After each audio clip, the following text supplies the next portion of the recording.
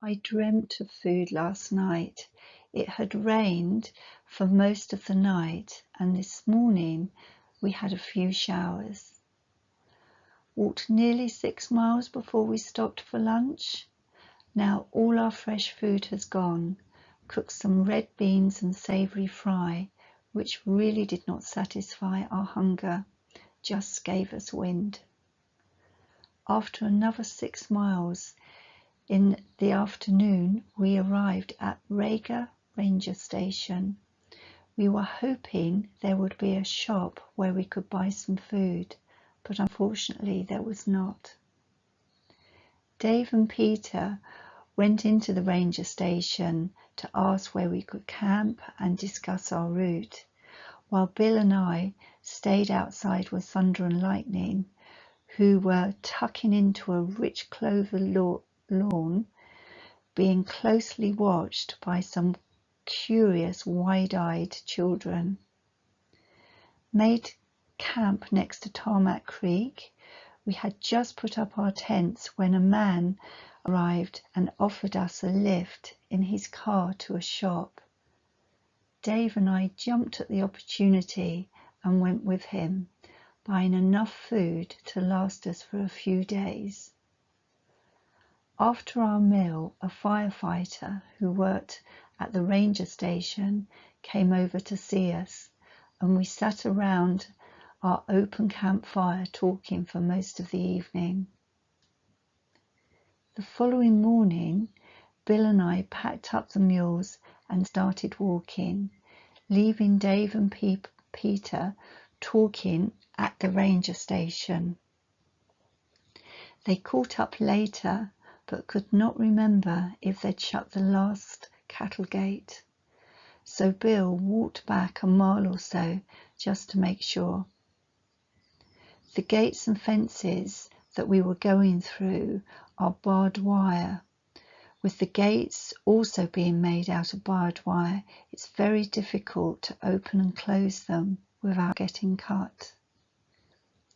Barbed wire had been patented in 1867 in the United States, and then in the 1870s it saw it really being introduced in the West. We'd walked 14 miles up and down hill and stopped at Sunflower Creek, about 1.5 miles from the South Fork of the John Day River, which is where we made camp for the night. Sunflower Creek was such a beautiful place. We ended up having 2 rest days there. Peter took the opportunity to go off and do lots of drawing. Bill explored the area.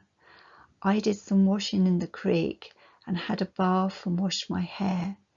It was so icy cold, the water, that it took your breath away, especially when you washed your hair. We were all now very used to washing, though, in the freezing cold water. Bill and Dave saw a 3-foot rattlesnake with 10 rattles. Dave also saw a coyote. He was always going off and taking photographs, and I believe this was when he met some fishermen who must have given him a bit of fishing line and some hooks, because on the trek it had never been our intention to eat any of the wildlife. But at that moment, the idea of having fresh fish when we were all so hungry was too appealing. I spent what seemed like hours trying to catch a fish. In the little ponds off the creeks, you could see the fish swimming around. The worms I got by kicking over cowpats and grabbing a worm before they disappeared, then attaching it to the line. But the fish were very clever. They managed to eat the worm without being hooked. Finally, I did catch one, but it was so small I threw it back. Dave did no better. He got in trouble with a forest policeman. However, we did end up with our fish supper.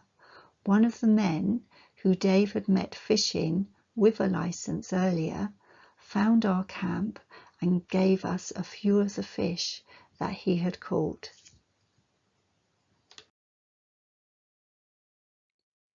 This photo was taken by Dave of Peter sketching the mules at our camp. After a couple of days' rest from walking, it was hard to get motivated to pack up and move on, especially as everything was covered in frost in the morning. It had even tried to snow a few times once we had started walking. We'd come across a couple of men who were working on the John Day River, moving fish and breaking beaver dams in the creeks, which was stopping the fish getting past. They showed us some rainbow trout which had been nesting under a bridge on the river. That afternoon, as we were walking along a dirt road, there lying asleep on the side was a young porcupine, who woke up and waddled off the dirt road up behind the bank. Lightning, when he first saw the porcupine, he must have jumped a foot off the ground. If it hadn't been for Peter holding on to him, I'm sure he would have bolted. Our life trekking was pretty laid back. It normally took us 3 hours from the time we got up, were all packed and ready to start. Most days we spent between 5 and 6 hours walking, stopping another 1.5 hours for lunchtime, then a couple of hours to get unpacked, put up the tents and cook a meal in the evening. The time we spent travelling was nearly always through amazing country. Although it was exhausting, sometimes carrying packs and walking, we did feel very much a part of the environment we were travelling through. Our mules had become very used to our daily routine. Thunder was normally being led at the front, while I followed with Lightning. When the mules joined us on the trek, the pictures I have of Lightning and the memories of him, he always had his ears back. Now, when I glance back at him as we were walking, his ears are forward, he's gazing around and taking it all in. But then, when he sees me watching him, he puts his ears back. Sometimes I hold Thunder's tail, which means that she's less likely to suddenly stop in front of us to look at the scenery. Thunder was normally so sensible and reliable, although she did give us a fright when she leapt across the creek with her pack on, which was not expected. Both her and her pack were all right though. That night we camped next to Deer Creek, a good site but a little close to the dirt road.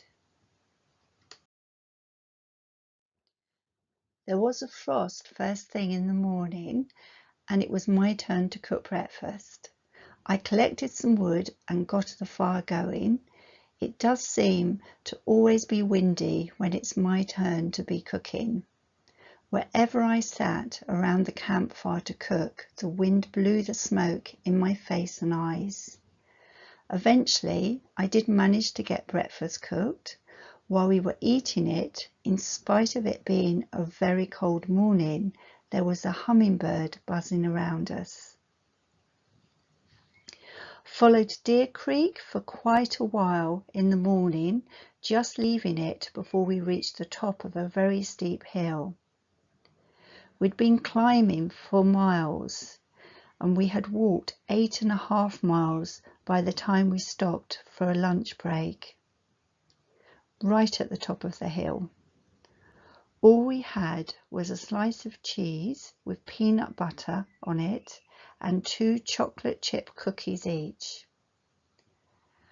A nice walk in the afternoon, mostly downhill, stopping at a clearing next to Wickiup Creek, a place that must have been regularly used as a campsite, as there were logs around the fireplace to sit on, a tree trunk positioned so that people could walk across the creek.